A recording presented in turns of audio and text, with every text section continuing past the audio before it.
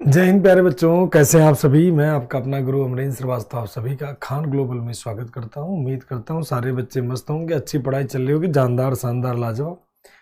पिछली क्लास में जिस टॉपिक पे हम लोग डिस्कस कर रहे थे वो टॉपिक क्या था? European arrival. ठीक है, हाँ, जय हिंद सभी को।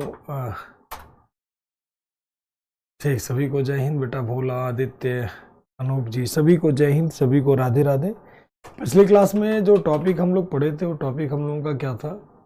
European arrival. ठीक है, हाँ, आर्यन जी सभी को जय Hind, Sonu ji, Shubham ji, happy new year सभी को, आप लोगों को भी, और नए साल की ढेर सारी शुभकामनाएं। ईश्वर करे आपका जीवन मंगलमय हो और बढ़िया खुशियों से भरा रहे। तो स्टार्ट करते हैं फटाफट तेजी से क्लास को। तो पिछली क्लास में यूरोपियन अराइवल पढ़ रहे थे, और यूरोपियन अराइवल में हम लोग पढ़ रहे थे क्या? पोर्चुगीज, यानी कौन सा? तो पुर्तगाली पढ़ रहे थे। उसी पे हम लोग आगे चलते हैं।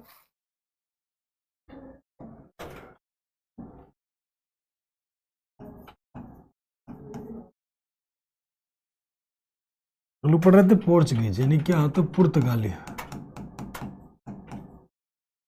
लोग पढ़ रहे थे कि आप पुर्तगाली पढ़ रहे थे। ठीक है, अब इसका देखते हैं हम लोग शेष भाग।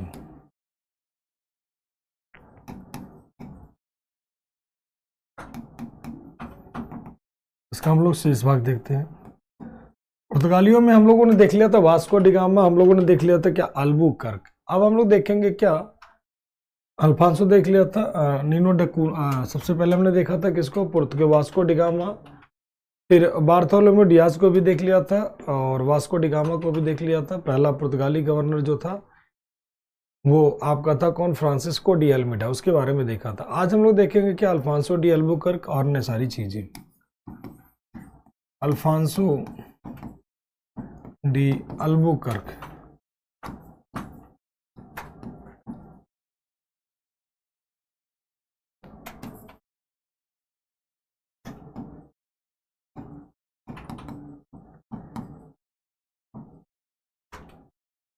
Alphonso de Albuquerque, Alfonso de Albuquerque. अब अल्फांसो डी अल्बुकर्क के बारे में अगर हम बात कर लें तो ये हो जाएगा क्या? Second Portuguese governor.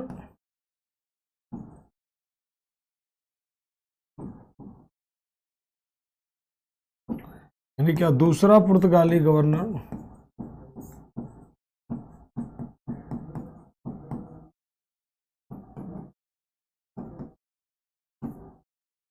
दूसरा पुर्तगाली गवर्नर, इसे कहते हैं क्या? रियल फाउंडर ऑफ,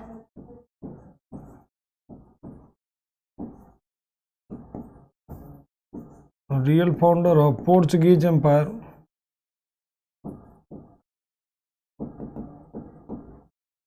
पुर्तगाली साम्राज्य का वास्तविक संस्थापक।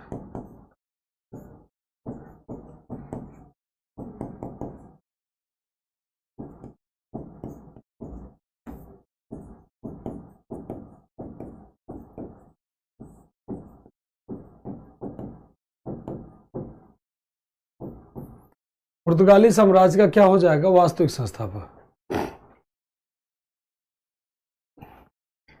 इसका पीडीएफ नहीं मिला? अच्छा जी,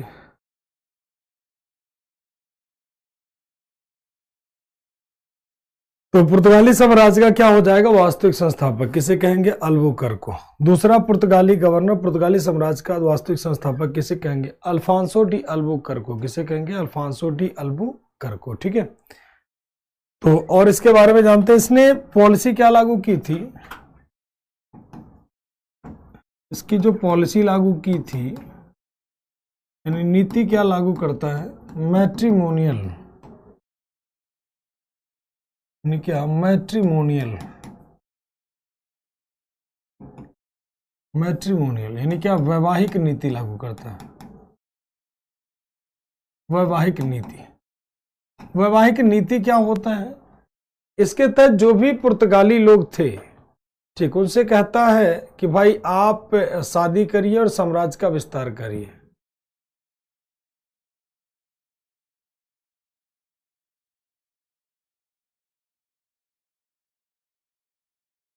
तो पुर्तगाली साम्राज्य का क्या हो जाएगा? वास्तविक संस्थापक हो जाएगा, यानी क्या? रियल फाउंडर हो जाएगा। ठीक, दूसरा पॉइंट, इसने कोई नहीं, पर टेंशन नहीं लीजिए, अपलोड हो जाएगा। अगर नहीं कोई पीडीएफ अपलोड है तो हो जाएगा, ठीक है, आप टेंशन आप लोग ना लें।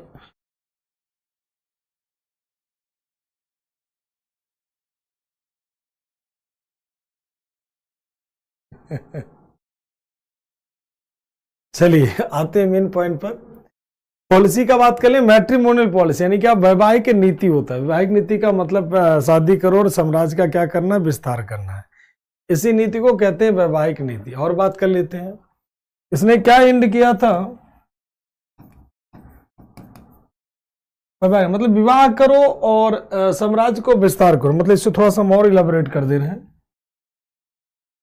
इसने जो पुर्तगालियों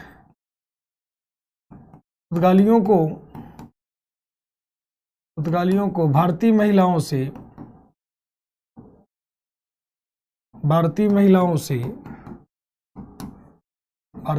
से विवाह करने को प्रोत्साहित किया, करने को कहा कि जो भी पुर्तगाली थे उन्होंने कहा था भारतीय महिलाओं को विवाह करने को कहा। और इसके लिए क्या होता, तो ताकि उन्हें ईसाई बनाया जा सके,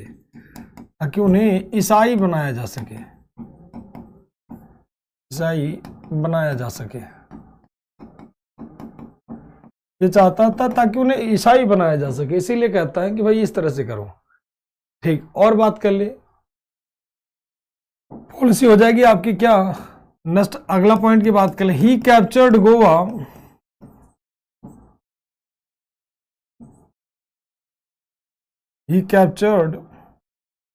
Goa in 1580 from ruler of Bijapur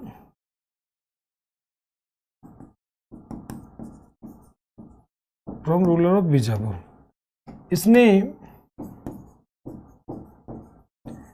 1510 में बीजापुर को छीना,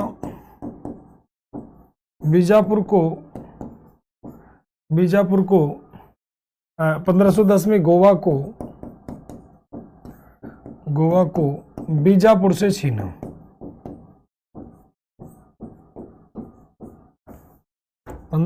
में गोवा को बीजापुर से छीना।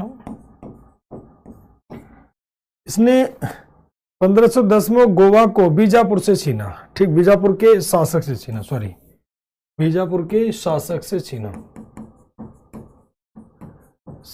छीना, कैप्चर किया, कब्जा किया। बीजापुर का शासक कौन था वो भी नाम लिख लीजिए। बीजापुर का शासक कौन था, यूसुफ अली आदिल शाह।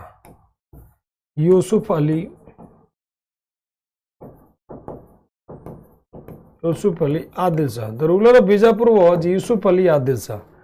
कौन हो जाएगा, ठीक, यूसुफ अली आदिल शाह।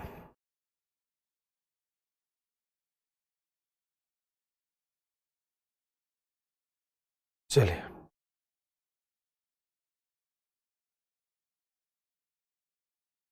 तो बीजापुर का शासक कौन था, यूसुफ अली आदिल शाह। 1510 में गोवा को छीना किससे, बीजापुर के शासक यूसुफ अली आदिल शाह से। इसने बीजापुर को गोवा से छीना था, ठीक। अब इसकी और बात कर लेते हैं। इसने सती प्रथा का अंत किया, किसका अंत किया, सती प्रथा का अंत किया। ध्यान रखना, खूब पूछा जाता है आपके एग्जाम में।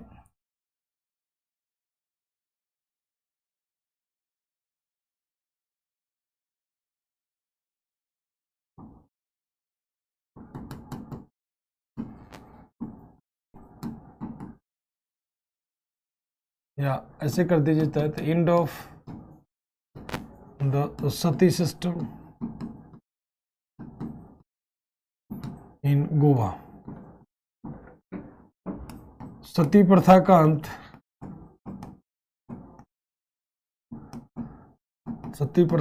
कहां पर, तो गोवा में।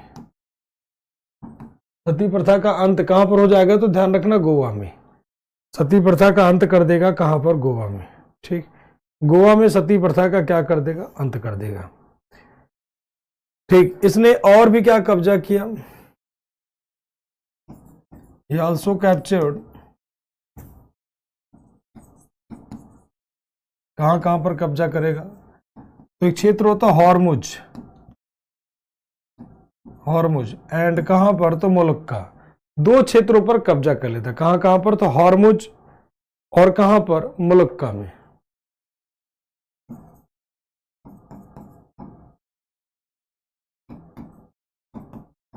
हॉर्मुज और कहां पर, तो मलक्का में। हॉर्मुज और कहां पर, तो मलक्का पर क्या कर लेता है, कब्जा कर लेता है। हॉर्मुज और मलक्का पर क्या करता है, कब्जा कर लेता है। और बात कर लेते हैं, ये सारे के सारे क्षेत्र हैं, ठीक। हॉर्मुज और मलक्का पर क्या कर लेता है,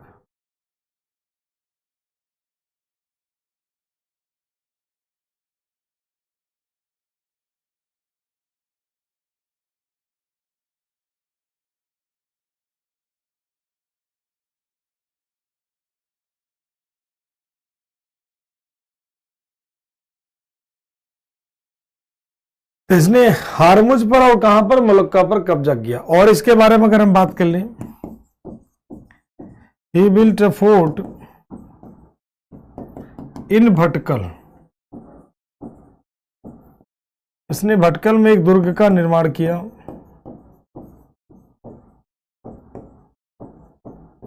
इसने भटकल में एक दुर्ग का निर्माण किया।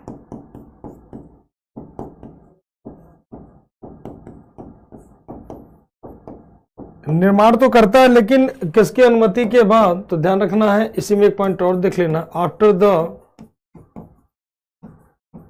Permission of, after the permission of Krishnadeva Raya,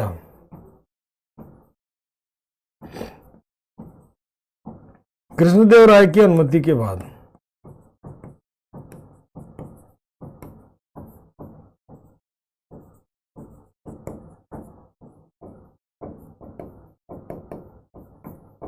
Krishnadeva Raya की अनुमति के बाद इसने भटकल में एक दुर्ग का क्या किया था, निर्माण किया था।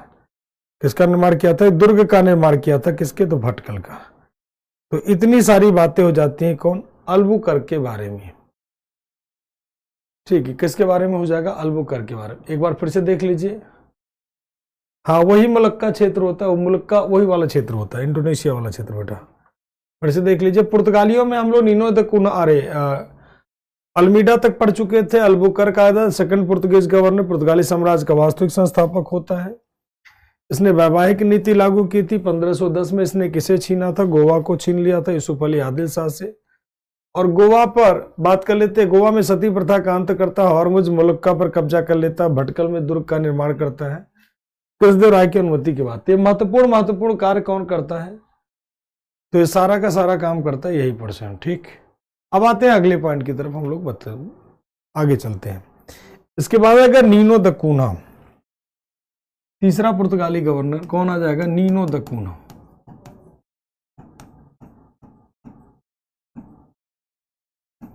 इसके बारे में कोई ज्यादा काम का चीज है नहीं, नीनो द कूना।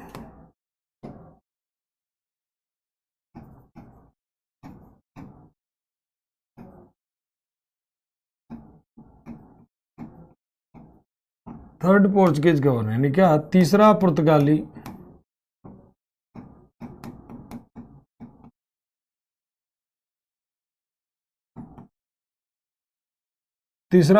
Governor.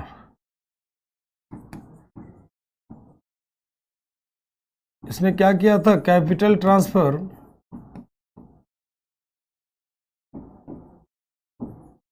From Cochin to Goa. राजधानी कोचीन से कहां कर देगा, गोवा कर देगा।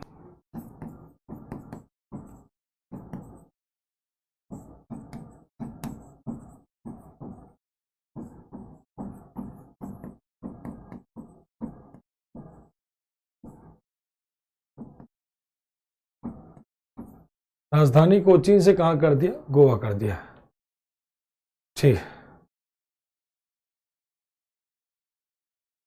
राजधानी कोचीन से कहां कर देगा, तो ध्यान रखिएगा गोवा कर देगा।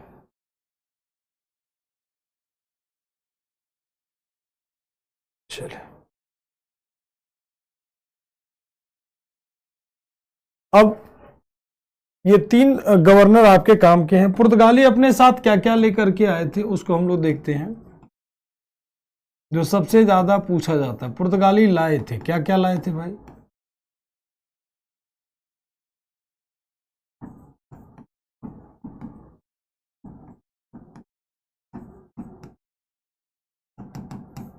क्या क्या पुर्तगाली लाए थे अपने साथ, बताओ।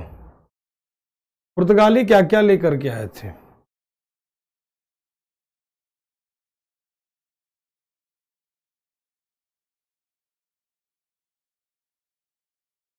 बताएं, पुर्तगाली क्या क्या लेकर के अपने साथ आते हैं?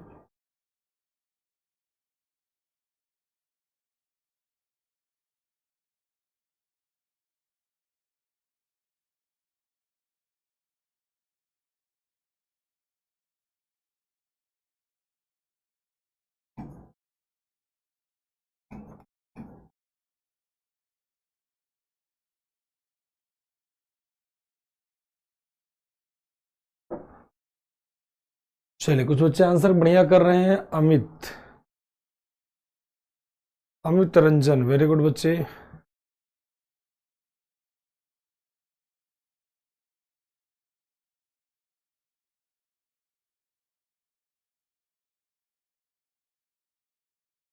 ठीक, हाँ।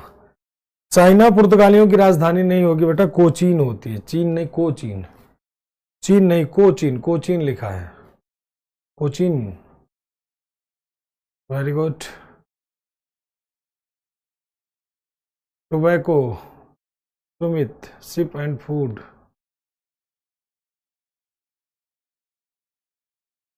सभी के आंसर बढ़िया बढ़िया आने शुरू हो गए। Winter cloth, potato, printing press, tobacco. चलिए, कुछ कुछ आंसर आने शुरू हो गए।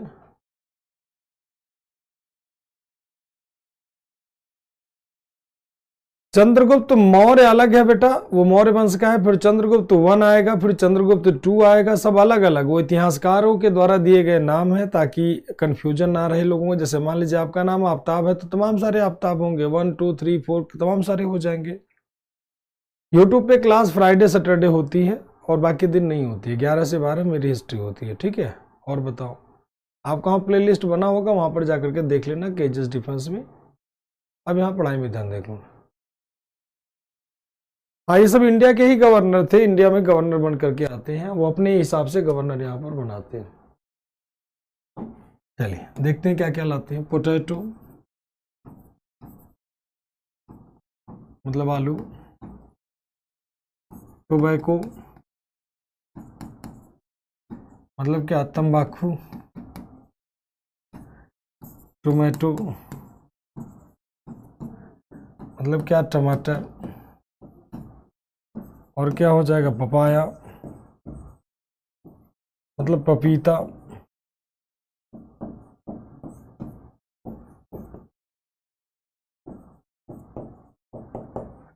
कसियो मतलब काजू। आलमंड का मतलब बादाम। ठीक, इसके अलावा और बात कर लेते हैं। पाइनएप्पल, अनानास,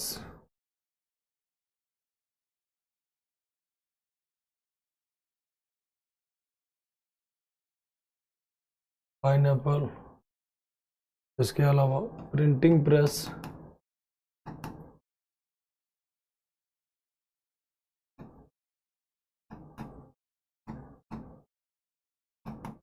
छापा खाना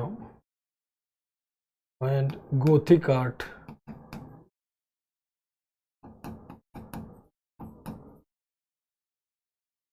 इसे गोथिक कला कहते हैं।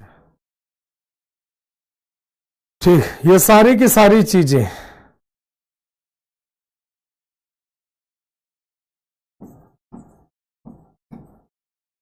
ऑरेंज, संतरा, रेड चिली, लाल मिर्च, ये सारी की सारी चीजें, ये सारी की सारी चीजें कौन लाते हैं? पुर्तगाली लाते हैं। ये सारी की सारी चीजें कौन लाते हैं? पुर्तगाली लेकर के भारत आते हैं, ठीक है।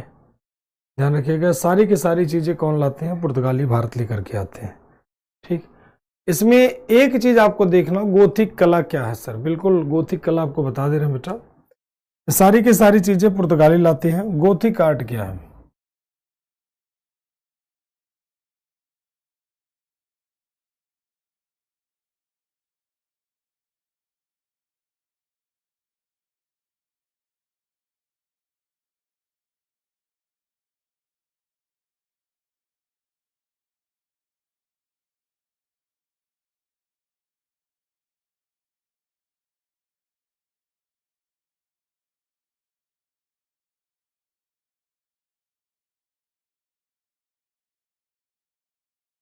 जो चर्च बनाई जाती है बहुत बेहतरीन कला में बनाई जाती है।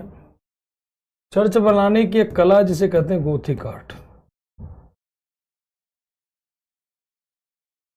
ये देखो, इसमें चर्च बहुत हल्का बना दिया जाता है और ऊपर से नुकीला कर दिया जाता है। उसे नाम दिया जाता है कौन सा आर्ट? तो गोथिक आर्ट।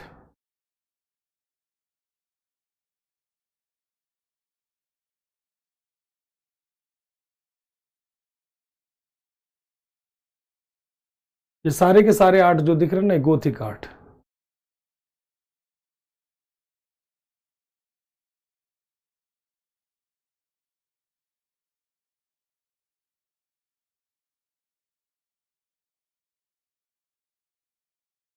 सारा गोथिक कला का एग्जाम्पल है, सारा का सारा गोथिक कला का एग्जाम्पल है।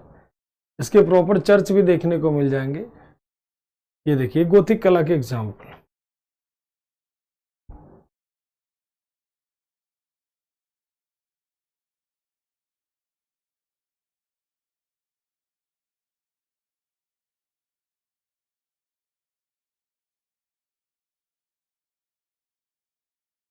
ये सारे के सारे गोथिक कला के एग्जाम्पल्स आपको देखने को मिले।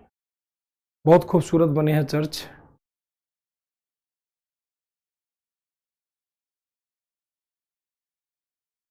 पुर्तगालियों में कल्टीवेशन, किसने कहा पुर्तगालियों में कल्टीवेशन? मोहम्मद रजा। ठंडक के महीने में खेती नहीं होती है, ठंडक के महीने में। ठीक है, ध्यान से सुना करो, आधी बातें सुनोगे आधा उड़ जाओगे। ठंडक के महीने में खेती नहीं होती है। ठीक, बाकी सभी सीजन में सब कुछ होता है। विंटर का जब सीजन आता तब खेती नहीं होती थी, बाकी सभी सीजन में सब कुछ होता था। ठंडक के महीने में खेती नहीं होती थी, बाकी सीजन में सब कुछ होता था। देखो ये सब गोथिक आर्ट के एग्जाम्पल्स हैं। ठीक, बहुत सिंपल सा आर्ट होता था, बहुत बेहतरीन। चर्च को एकदम हल्का करके बना दिया जाता था। ठीक, बहुत हल्का कर दिया जाता था, ध्यान रखना। उसी को गोथिक आर्ट का नाम दिया जाता था।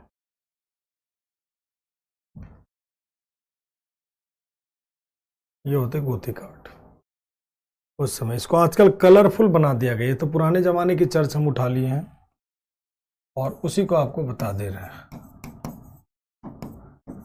गोथिक आर्ट चर्च बनाने की एक कला होती है। ठीक, तो ये सारी की सारी बातें हो जाती हैं किसमें? सर क्यों नहीं होती है विंटर सीजन में? क्लास में डेली रहा करो। जब क्लास एक दिन आओगे एक दिन जाओगे तो मामला खराब होगा कि नहीं होगा? क्यों नहीं होती थी विंटर सीजन में खेती? भाई सब बच्चे बताओ, बता दिया हूं, पूरा डिटेल में समझाया हूं। उस समय तो पूछोगे नहीं, उस समय जब पूरा डिटेल में समझा रहे होते हैं तो कहीं और ध्यान होता है, कमेंटबाजी में चलती है। बताओ भाई क्यों नहीं, क्यों नहीं खेती होती थी? फटाफट कमेंट करके बताओ सारे बच्चे, विंटर सीजन में खेती क्यों नहीं होती है? देखो सुमित आंसर दे दिए, due to ice. Very good बच्चे, बहुत बढ़िया, वेरी गुड। देखो आंसर आने शुरू हो गए आपके सामने, बच्चे बता रहे हैं। Rohit, due to snow, snowfall के कारण। कभी खुद का भी लॉजिक लगा लिया करो आप लोग, कभी खुद से भी थोड़ी बहुत वहां पर, जबकि पूरा डिटेल में समझाया हूं। समझाते समय अगर ध्यान कहीं और होगा तो सोचो कि हर एक बार वही टॉपिक रिपीट नहीं होता बेटा। जिस दिन जो टॉपिक समझाते हैं उस दिन उस टॉपिक में रहा करो। नहीं रहोगे और सोचोगे फिर से पूरा डिटेल में समझाया जाते, संभव नहीं होता ना। एक दिन में एक ही टॉपिक चलेगा, जो टॉपिक चलता है उस टॉपिक का पूरा पोस्टमार्टम करते हैं। ठीक, पूरा डिटेल में एक लाइन भी ऐसा नहीं होता बिना समझाए जाते हो। फिर भी एक छोटी छोटी बातें रह जाती है, सर ये कैसे हुआ, सर ये कैसे हुआ।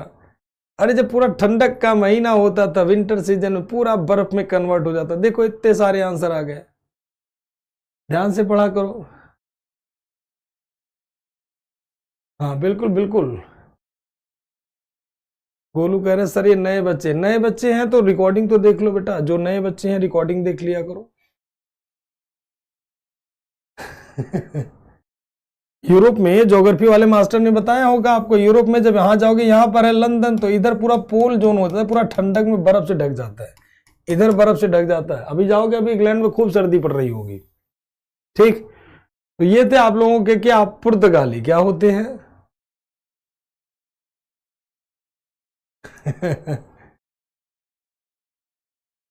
एक और फोटो दिखा दें? अरे सारा ही क्या फोटो ही तो फोटो है, इतना फोटो देखोगे यार। ठीक, कोई भी फोटो देख लो, ये क्या फोटो है, ये क्या फोटो है? ये सब गोथिक आर्ट के एग्जाम्पल है बेटा, सारे के सारे गोथिक आर्ट के एग्जाम्पल है, सारे के सारे गोथिक आर्ट के एग्जाम्पल है। ये देखिए गोथिक आर्ट के एग्जाम्पल है, यूरोप के हैं, पूरे पूरे बेहतरीन बेहतरीन एग्जाम्पल माने जाते हैं। इतना बेहतरीन आर्ट होता था, इसे सर्वश्रेष्ठ उदाहरणों में एक शामिल किया गया इन्हें, इतना बेहतरीन आर्ट होते थे। चलो एक और ऐड कर दे रहे हैं, ये देखो, ये होते थे गोथिक आर्ट। ठीक है, आप ठीक है बेटा,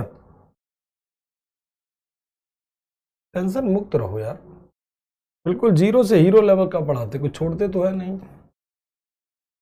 ये देखो, ये है गोथिक आर्ट। ठीक, हाँ 30 तारीख वाली क्लास मिस हो गई। देखो क्लास मिस करो पूजा और फिर कहो कि सर फिर से बता दो, तो बताओ फिर, तभी तो कह रहा हूँ इतने बच्चों वाले सवाल तुम लोगों के तो रहते नहीं है यार। मेरे नाम मत डुबाया करो, अमरेंद्र श्रीवास्तव सर की क्लास और अमरेंद्र श्रीवास्तव सर के बच्चे स्मार्ट है पढ़ने में यार। चलो आते हैं, तो पुर्तगाली हो गए थे हम लोग, अब आते हैं हम लोग बात करते हैं, एक बैटल की बात कर लेते हैं, उसके बाद पुर्तगाली हम लोग खत्म करते हैं। एक होता है रॉयल मैरिज,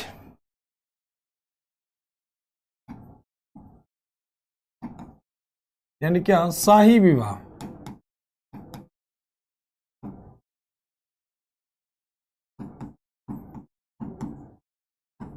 जब शाही विवाह की बात आती है तो शाही विवाह में दो लोग होते हैं, एक कौन, तो प्रिंसेस जो राजकुमारी होती है, कौन, कैथरीन, कैथरीन।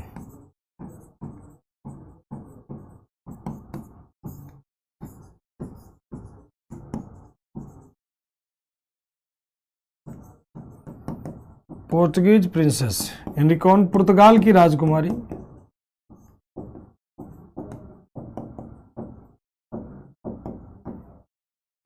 और वहीं पर हो जाएंगे चार्ल्स सेकेंड,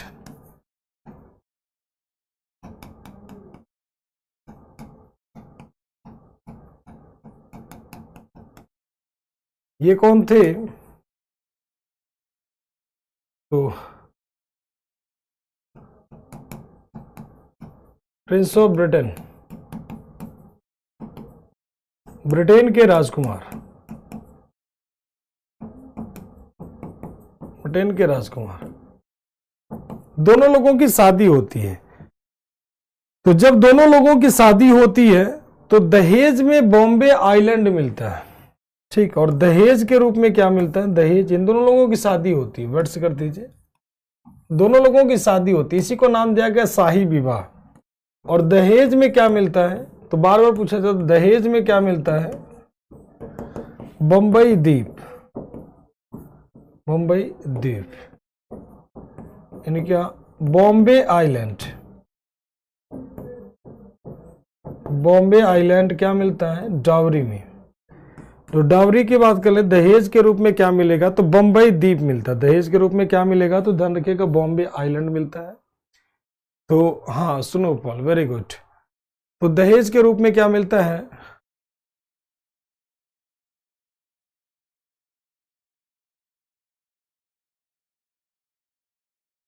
ठीक, तो दहेज के रूप में क्या मिलता है, बॉम्बे आइलैंड। इसके बाद में आता है कौन सा, बैटल ऑफ स्वेली, बॉम्बे आइलैंड, इनको डावरी के रूप में क्या मिलता है, बंबई द्वीप। तो बार बार पूछा जाता है आपसे एग्जाम में कि बॉम्बे आइलैंड दहेज में किसे मिलता है, तो ब्रिटिश प्रिंस कौन, तो चार्ल्स सेकंड को। किसने दिया था, तो ध्यान रखना किसने दिया था, तो पुर्तगालियों ने दिया था, पुर्तगालियों का कब्जा इस पे था, तो इन्होंने बॉम्बे आइलैंड डावरी के रूप में दे दिया। Next, battle of स्वेली।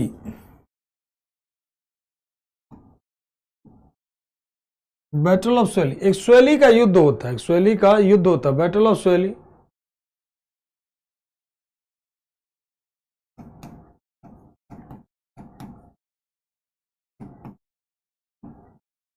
स्वेली का युद्ध होगा कब? 1612 में।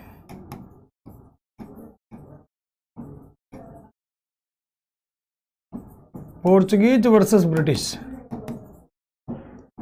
विक्ट्री किसकी होगी? तो ब्रिटिश। इसके बाद में पुर्तगाली भारत में थे, तो मतलब अंग्रेज भारत में थे, तो लेकिन उनका मेन वर्चस्व अंग्रेजों का था। पुर्तगाली इंडिया में थे तो, बट उनका कोई बहुत ज्यादा पावरफुल वो थे नहीं। मतलब पोर्चुगीज अपना सारा एम्पायर सब कुछ कह लीजिए कि धीरे धीरे करके खत्म कर देते हैं। ठीक, तो ये मेन इनका हो जाते हैं कौन? जो आपके हो जाएंगे ब्रिटिश। कौन हो जाएंगे? ब्रिटिश। अब इसके बाद आता है आपका कौन सा? डच। इसके बाद आता है डच। हाँ, अब आ जाता है इसके बाद डच। डच ये उतने काम के नहीं है। तो ये कहाँ के थे? मतलब इनका अगर पूछा जाए कि इनका नेटिव प्लेस कहाँ पर था, ये कहाँ के रहने वाले थे, ठीक है, कहाँ से आए थे? Came from Netherlands. नीदरलैंड का नाम सुना? नीदरलैंड, हॉलैंड इत्यादि का नाम सुना होगा। Came from Netherlands. नीदरलैंड या इसको कहते हैं हॉलैंड। नीदरलैंड एंड कर दीजिए दोनों जगह।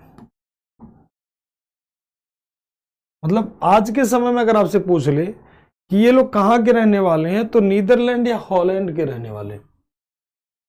नीदरलैंड हॉलैंड के निवासियों को कहा जाता है क्या? डच कहते हैं। क्या कहते हैं? डच कहते हैं। इन्हीं को नाम दिया जाता है डच। अब बात कर लेते हैं, इन्होंने जो कंपनी बनाई थी 1602 में बनाई थी, डच ईस्ट इंडिया कंपनी। इन 1602 AD कौन सी कंपनी बनेगी? Formation of Dutch east India company.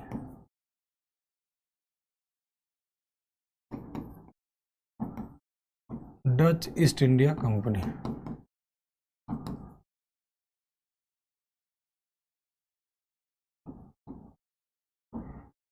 सोलह सौ दो में डच ईस्ट इंडिया कंपनी का निर्माण।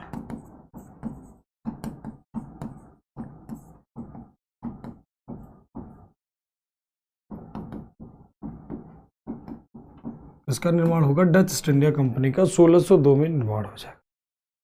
अब पूछा जाए अगर आपसे कि डचों का पहला कैंपेन, पहला अभियान कब आता है?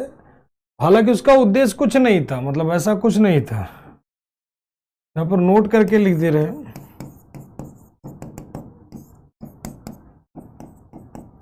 First Dutch campaign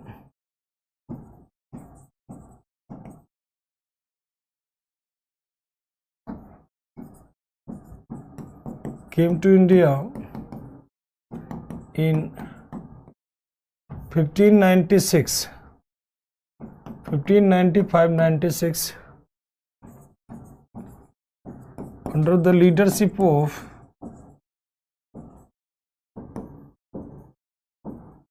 Cornelius। पहला जो डच अभियान आया था वो 1602 में आया था, कार्नेलियस हाउटमैन के लीडरशिप में। कार्नेलियस हाउटमैन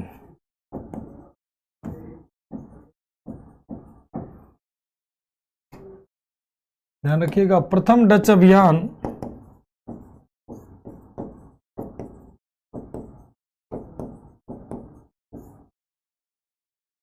1596-97 में, 1595-96 में कार्नेलियस हाउटमैन के नेतृत्व में आया था। ये आप लोगों के सीडीएस में क्वेश्चन पूछा जा चुका है। कार्नेलियस हाउटमैन के नेतृत्व में आया। पहला डच अभियान किसके नेतृत्व में आता है? कार्नेलियस हाउटमैन के लीडरशिप में आता है 1596-97 में। ठीक है, 1595-96 में कर्नेलियस लव हाउटमैन के नेतृत्व में आता है। ध्यान रखना, इसका डच ईस्ट इंडिया कंपनी से कोई लेना देना नहीं था। किससे कोई लेना देना नहीं था? डच ईस्ट इंडिया कंपनी से कोई लेना देना नहीं था। इसकी प्रथम फैक्ट्री इन्होंने डचों ने कहां पर खोला था? मसूलीपट्टनम में, देन पुलिकट में। फिर से जान लीजिए, ये पहला नेतृत्व अभियान तो आता है। बहुत बढ़िया बच्चा, आंसर कुछ लोग दे रहे हैं। तो कर्नेलियस हाउटमैन के, लेकिन पहली कंपनी बाद में बनती है, मतलब ये लेते तो आता है लेकिन वो नहीं होता है। चलिए, अब इनका प्रथम फैक्ट्री कहां पर बनेगा? एक फटाफट क्वेश्चन का आंसर दे दीजिए, फटाफट एक प्यारा सा क्वेश्चन बता दीजिए। जहांगीर के दरबार में कौन अंग्रेज आया था? फर्स्ट फैक्ट्री मतलब प्रथम कारखाना,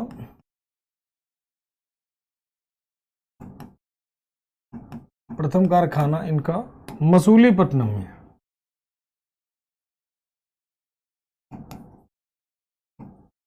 मसूलीपट्टनम में कब खोलेंगे? तो 1605 में।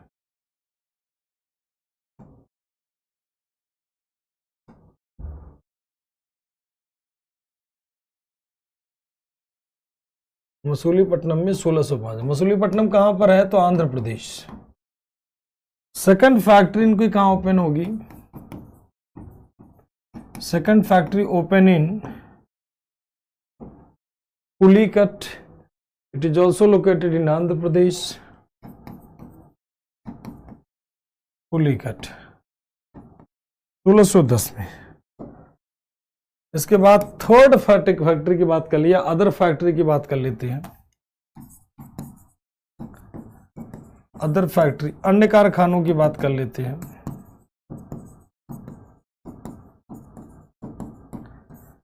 कि डचों का अन्य कारखाना कहां पर ओपन होता है? तो अन्य कारखाना इनका हो जाएगा सूरत,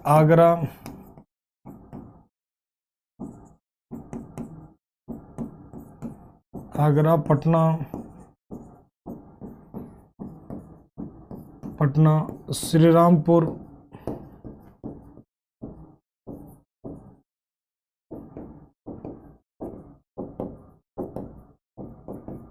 श्रीरामपुर, ये सारे के सारे इनके कारखाना हो जाएंगे। पिपली एटसेट्रा, ये सब इनके कारखाने हो जाएंगे। लेकिन इन सबको, इनका जो मेन टारगेट था, कैप्टन हॉकिंस बहुत बढ़िया, आर्यन के सिवजरिया, वेरी गुड बच्चे, अनूप, विकास, उम्मीद, गोविंद, अविनाश, वेरी गुड, बहुत बढ़िया सभी के answer, very good. Aditya, Vishal, Atul Tiwari, Poonam, Pankaj, Anshul, Amit Ranjan, Shubham, Amit Patel, very good, Rana Vasudev, very good, सभी के आंसर बहुत बढ़िया, वेरी गुड बच्चे। विष्णु, सौरभ राठौर, वेरी गुड, सभी के आंसर बहुत बढ़िया। अब देखो, ये लोग फैक्ट्री भारत में आते तो, बट इनका मेन एजेंडा इंडिया में ट्रेड करना नहीं था। इनका मेन एजेंडा मतलब इंडिया में खाली ट्रेड करना था, रूल करना नहीं था, क्योंकि रूल ये कर ही नहीं पा रहे थे, बहुत छोटी सी कंपनी थी। रूल जो कर रहे थे वो कौन? तो डच लोगों की जगह पे ब्रिटिश। तो एक बैटल होता है सुपरमेसी को लेकर कि हम पावरफुल या तुम पावरफुल। तो एक बैटल, जिसे कहते हैं बैटल ऑफ बेडारा।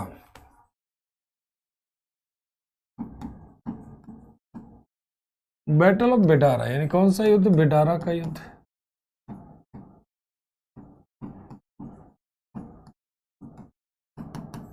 बेडारा का युद्ध किसके किसके बीच होगा?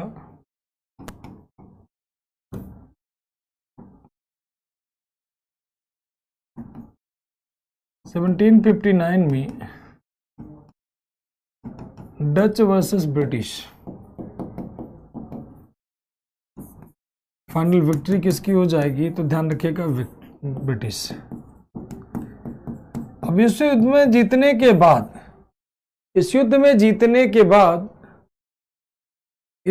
जीतने के बाद देखो, आपस में नंबर मांगा मांगी मत करो, ठीक है बेटा, नहीं तो ब्लॉक हो जाओगे काम का, तुम्हारे लिए दिक्कत आ जाएगा, ठीक है बेटा। ये कॉमन प्लेटफॉर्म है, यहाँ पर ये सब चीजें ना करो आप लोग, नहीं तो कोई बात नहीं, छोड़ दीजिए, बच्चा है। तो दोबारा बदमाशी ऐसे मत करना आपस में, ठीक है, नहीं तो फिर ब्लॉक हो जाओगे काम का। ये सिर्फ पढ़ने के लिए, कोई डाउट हो तो पूछो, इससे ज़्यादा कुछ नहीं, ठीक। चलिए आगे चले। तो ध्यान रखिएगा, बेडारा का युद्ध 1759 में डच वर्सेस ब्रिटिश के बीच फाइनल विजेता कौन हो जाता है? तो ब्रिटिश। और डच इंडिया में सारा कारखाना, सारी फैक्ट्री बेच करके, ठीक कर तो दिया, 1759 कर दिया, 1759 में सुमित जी। और सारा कंपनी, सारा फैक्ट्री बेच करके पहले कौन सी कंपनी आई और किसका फॉर्मेशन पहले हुआ, ये बता देना है। पहली कंपनी कौन सी बनेगी? पहले, सबसे पहले पुर्तगाली भारत में आएंगे, ठीक है। हाँ, लास्ट में सभी कंपनियों का एक साथ कर देंगे, आप लोग खुद ही बता देना। सबसे पहले भारत में कौन आते हैं? पुर्तगाली। और पुर्तगालियों में कौन आता है? कमेंट करके बताओ आप लोग, पहला पुर्तगाली भारत में कब आता है? इसके बाद आता है डेनिस। ये हार जाते हैं, हारने के बाद अपना सारा कारखाना, सारा फैक्ट्री इंडिया से बेच करके चले जाते हैं कहां पर? इंडोनेशिया। इसके बाद आते हैं डेनिस। कौन आते हैं? डेनिस अपनी कंपनी बनाते हैं। हालांकि अभी बीच में अंग्रेज भी हैं, तो अंग्रेजों का भी इसलिए नहीं लिख रहे हैं कि पहले छोटे छोटा निपटा देते हैं, क्योंकि हम लोगों को पढ़ना है मेन अंग्रेजी, तो अंग्रेज इसीलिए उसको होल्ड कर दिए हैं, ठीक है। अंग्रेजों को होल्ड इसलिए किए हैं क्योंकि अंग्रेज को थोड़ा सा बाद में पढ़ेंगे, ठीक है। क्यों? क्योंकि अभी पहले इसे पढ़ लेते हैं जो फुटकर वाले हैं, क्योंकि जब अंग्रेज शुरू करेंगे तो एक साथ ही अंग्रेज चलेंगे। अब ये कौन सी कंपनी बनाते हैं? तो डेनिस ईस्ट इंडिया कंपनी बनाते हैं। कौन सी company? Danish East India company. कब बनाते हैं? तो 1616 में बनाते हैं Danish East India company. Danish East India company.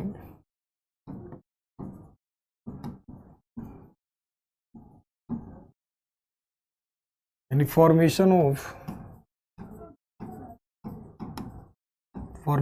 Danish East India company in 1666, 1616 में।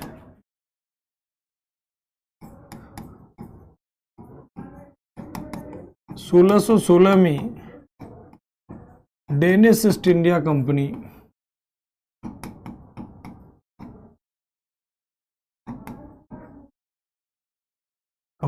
की स्थापना, 1616 में डेनिस ईस्ट इंडिया कंपनी की स्थापना होती।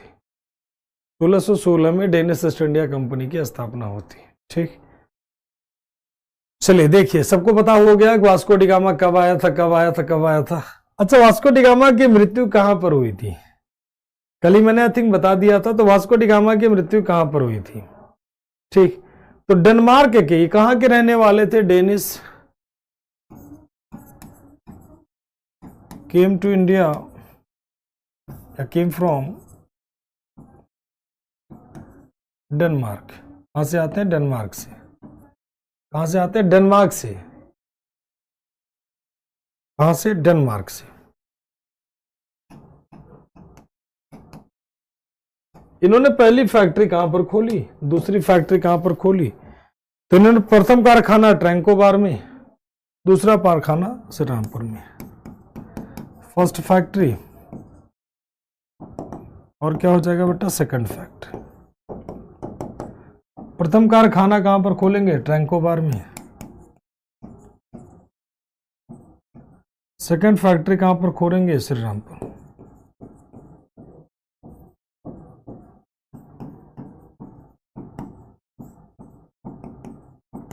सेकंड फैक्ट्री कहां पर खोलेंगे? श्रीरामपुर। पहली फैक्ट्री खोलेंगे कब? तो 1620 में, दूसरी फैक्ट्री 1676 में।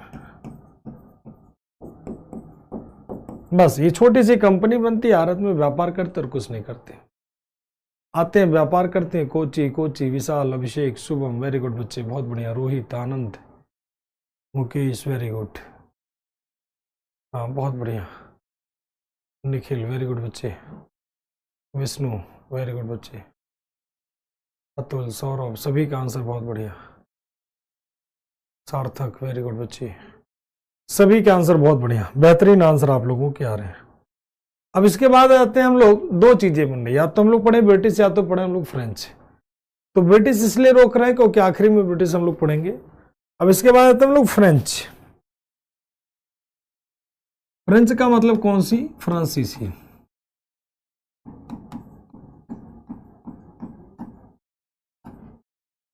अब देखो फ्रांसीसी ईस्ट इंडिया कंपनी कब बनती है?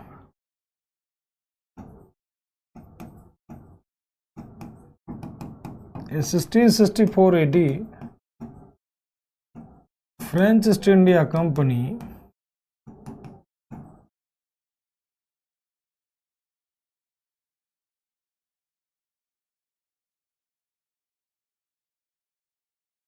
formed with the help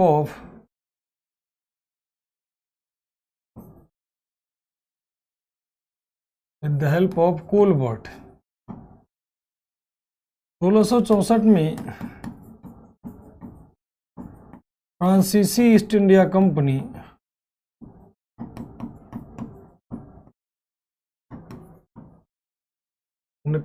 Colbert की मदद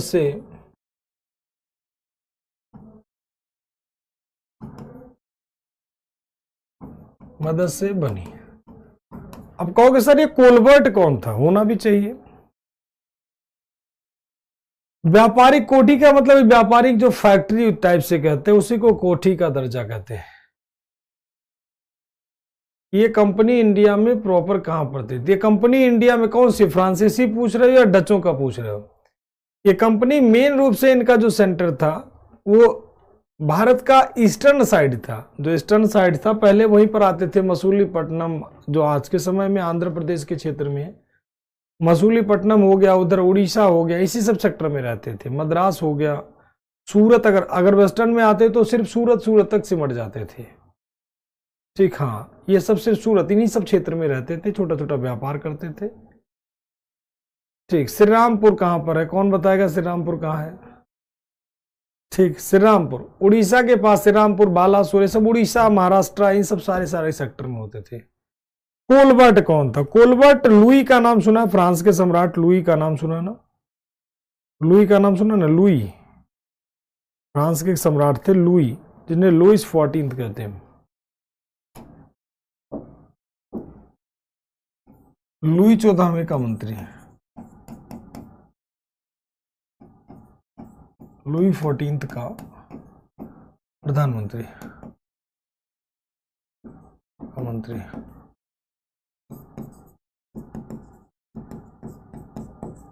minister of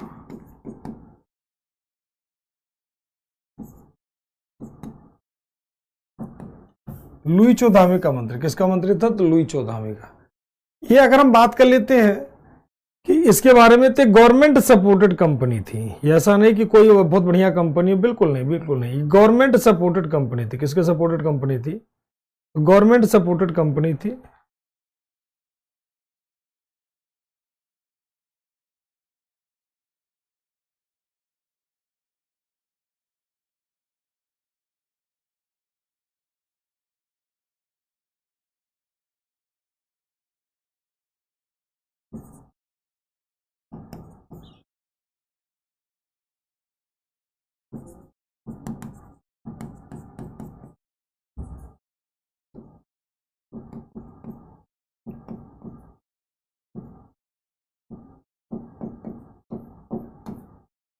minister of Louis 14th, he was king of France. कहाँ के राजा थे? तो फ्रांस के। कंपनी इंडिया में कब आती है भाई?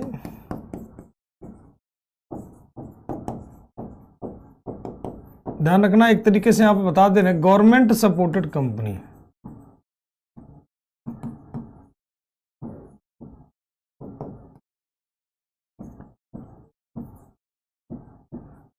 गवर्नमेंट का एक उपक्रम कह सकते हो। केम टू इंडिया, भारत आए,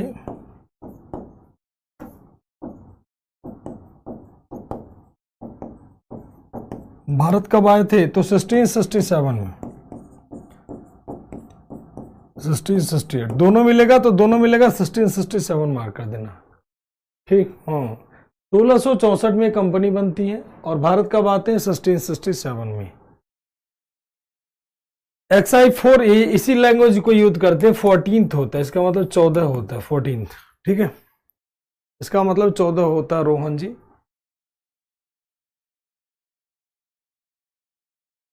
ठीक, ये कब आते हैं? 1667 में। नहीं मिलने पर कहीं किताबों में लिखा होता है 1668, जो कि नहीं मिलने पर आप उसे यूज कर सकते हो। अब फ्रांसीसियों ने अपना पहला कारखाना कहां पर खोला? तो फर्स्ट फैक्ट्री इनका देख लेते हैं कहां पर था। फर्स्ट फैक्ट्री मतलब प्रथम कारखाना कहां पर हो जाएगा? तो प्रथम कारखाना इनका होगा सूरत में। सूरत में। सेकंड फैक्ट्री कहां हो जाएगा? मसूलीपट्टनम में।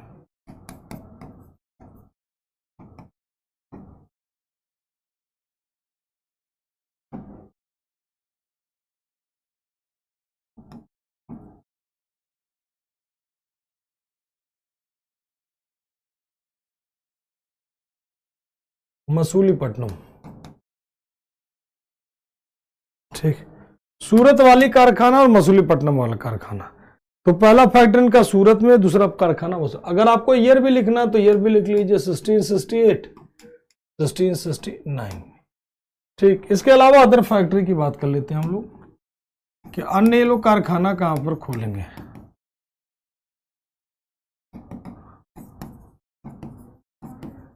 चलिए क्वेश्चन का आंसर दे। महावीर स्वामी ये प्रथम गुरु, प्रथम टीचर, महावीर स्वामी का प्रथम शिष्य कौन सा था? प्रथम कारखाना ये लोग कहां पर खोलेंगे? अन्य कारखाना तो Chandranagar,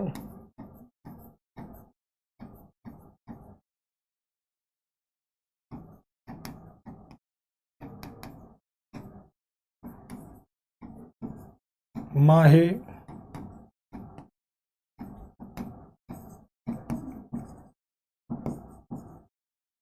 Karikala,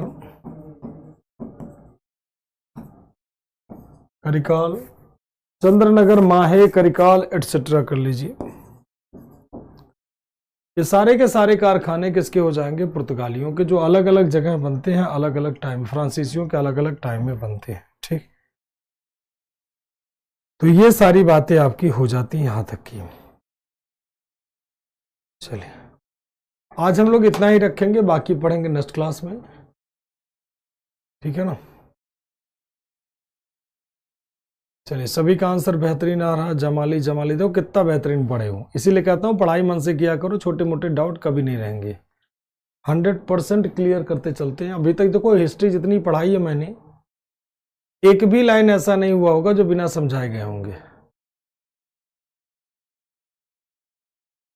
French east India company के जो बनती है वो ईयर आपको मार्क करना 1667 में, ये जो बनती है 1664 में फॉर्मेशन होता है, और ये भारत कब आते हैं? 1667 में। इसी को आपको मार्क करना है, इसे आपको छोड़ देना, ठीक है। नहीं रहने पर इसे आप मार्क कर दीजिएगा, नहीं रहने पर, ठीक है। 1667 ही आपको यूज करना है। तो मजा आया सभी को? हाँ चलिए पीडीएफ जनवरी लास्ट तक चलना पड़ेगा, जनवरी लास्ट, फरवरी फर्स्ट वीक, ये मान के चलो। चलिए थैंक यू टू